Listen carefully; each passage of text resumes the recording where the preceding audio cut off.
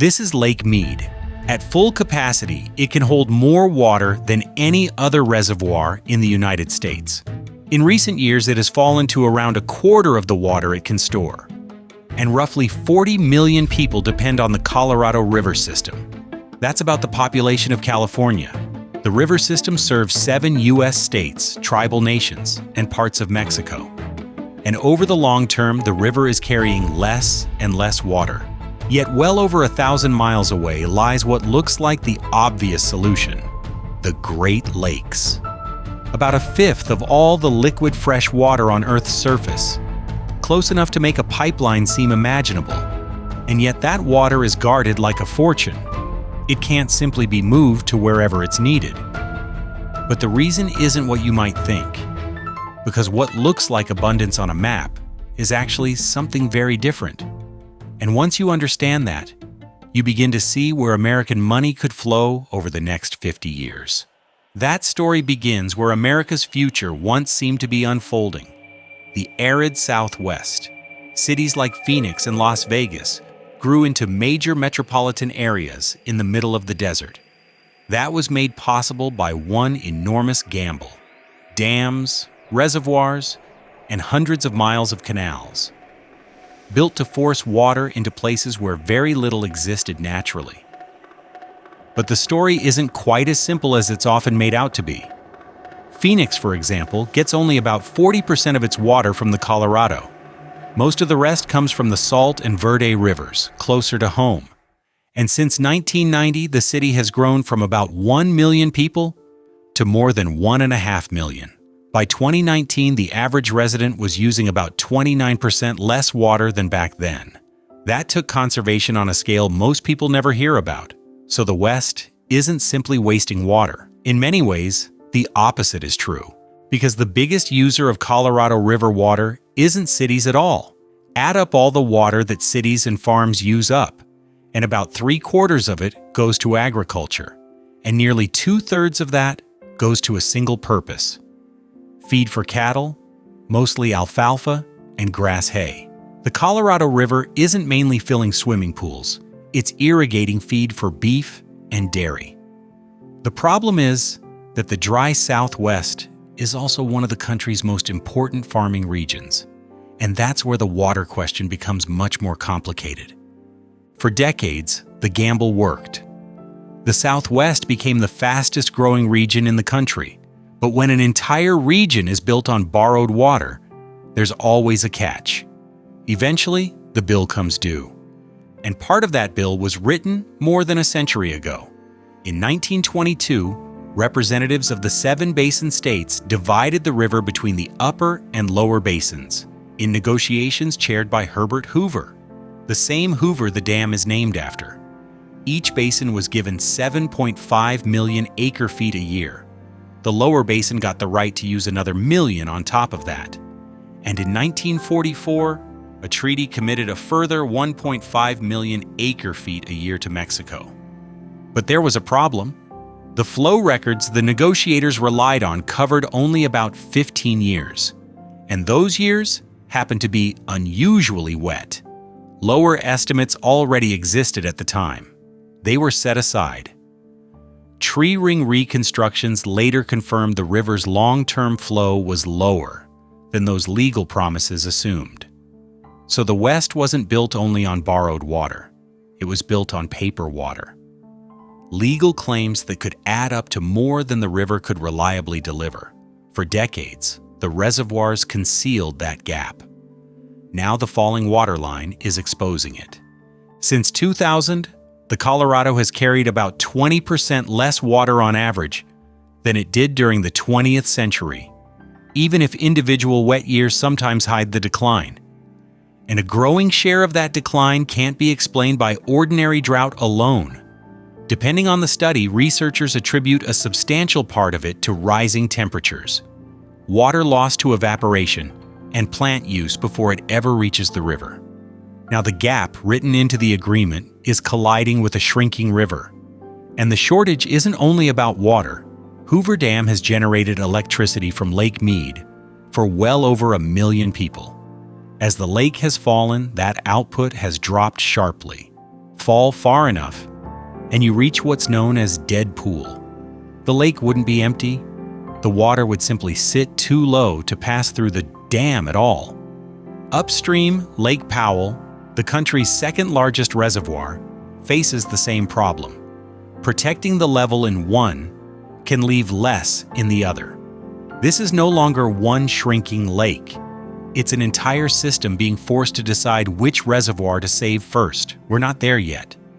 But the direction is clear. Studies project further declines by mid-century, though the estimates vary widely. No one knows the exact number. So why not bring water in from somewhere that seems to have far too much of it? Because that water does exist. And why it still isn't coming is the real heart of this story.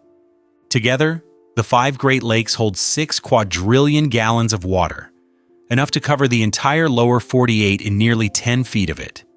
On a map, the solution looks almost embarrassingly simple: build a pipeline west. But the map leaves out 3 things. The first is distance. More than 1,000 miles, crossing mountains and drainage divides, while pumping billions of tons of water uphill. At an energy cost almost no one wants to pay. Arizona already offers a smaller preview of that problem. The Central Arizona Project carries Colorado River water 336 miles toward Phoenix and Tucson, lifting it nearly 3,000 feet along the way. The project itself has described the system as the single largest electricity user in Arizona, and that canal system never leaves the state. A Great Lakes pipeline would have to run several times farther, cross multiple drainage divides, and keep lifting water toward an even drier interior. The engineering may be possible. The operating cost is the real wall. The second and most important problem is that the Great Lakes are not a constantly refilling faucet. In an average year, less than 1% of their total volume is renewed by rainfall, incoming rivers, and groundwater. The basins themselves are inherited, gouged out by the ice sheets, and filled by their meltwater as they retreated, and the water in them moves through slowly. In Lake Superior, the largest of the 5, the water takes nearly 2 centuries to be replaced. This isn't annual income, it's accumulated capital. And the Southwest would need fresh income every year, not a one-time liquidation of an Ice Age savings account. That's why the region protects it like one. And this is where a water question begins to become a location question. If that fortune can't flow west, it may change the value of the places where it already sits. But before that can happen, there's still a third, and perhaps even harder, barrier: the law. That brings us to the case that made the threat real. In the spring of 1998, the Canadian province of Ontario gave a company permission to withdraw roughly 160 million gallons a year from Lake Superior. The company wanted to ship the water by tanker and sell it in Asia. Compared with the size of the lake, it was a drop in the bucket. Shipping fresh water across the sea was nothing new. What was new was a government allowing water to be taken from a shared border lake for export. A spokesman for Canada's foreign ministry said there was no precedent. Suddenly, something that had once seemed unthinkable felt possible. The Great Lakes could be tapped, loaded onto ships, and sold around the world, one tanker at a time. After intense public backlash, Ontario revoked the permit within 2 months. The company appealed. In the end, no water was ever shipped. The case wasn't the beginning of Great Lakes protection. It was a wake-up call. It accelerated a process that had begun with the Boundary Waters Treaty of 1909 and ultimately led to the legally binding Great Lakes Compact. All 8 Great Lakes states ratified it, and it became law in December 2008. The compact bans most new diversions out of the basin and allows only narrowly defined exceptions. The clearest real-world test came from Waukesha, Wisconsin, just outside the basin. The city's groundwater held radium above federal safety limits, so it applied for water from Lake Michigan. The process took years, and the city got less than it asked for, and one condition was absolute. Waukesha had to send roughly the same amount back, treated, into the Lake Michigan watershed.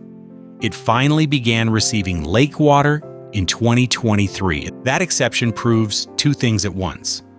Diversions are possible, but only under extremely narrow conditions close to the basin, and with the water essentially sent back.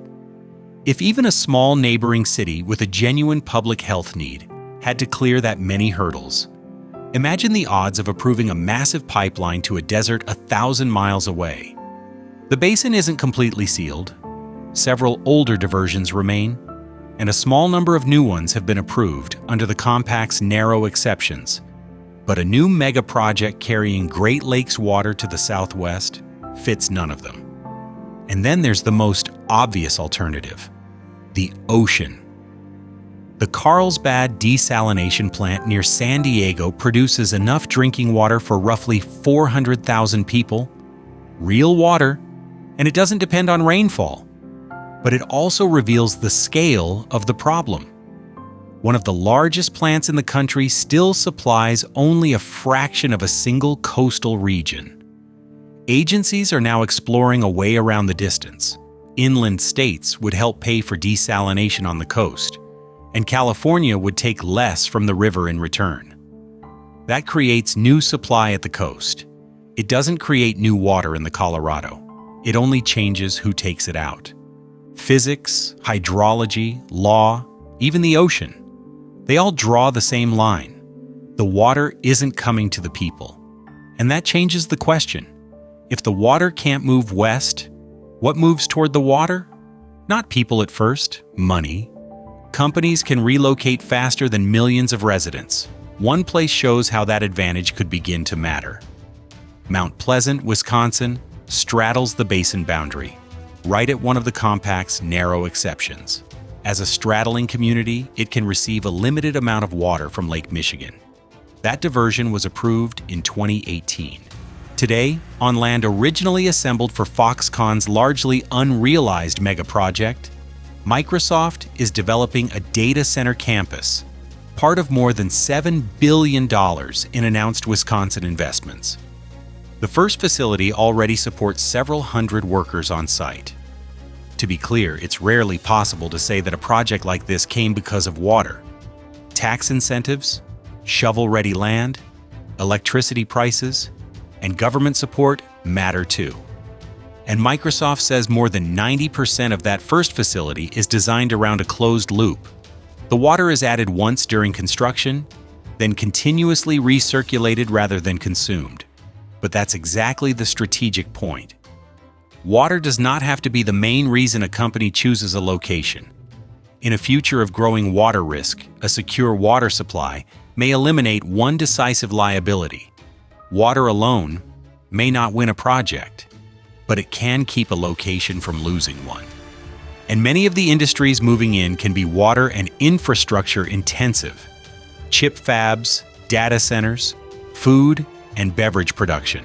They bring new conflicts over consumption, power, and infrastructure. So the Great Lakes advantage is likely to show up on balance sheets before it shows up in moving boxes.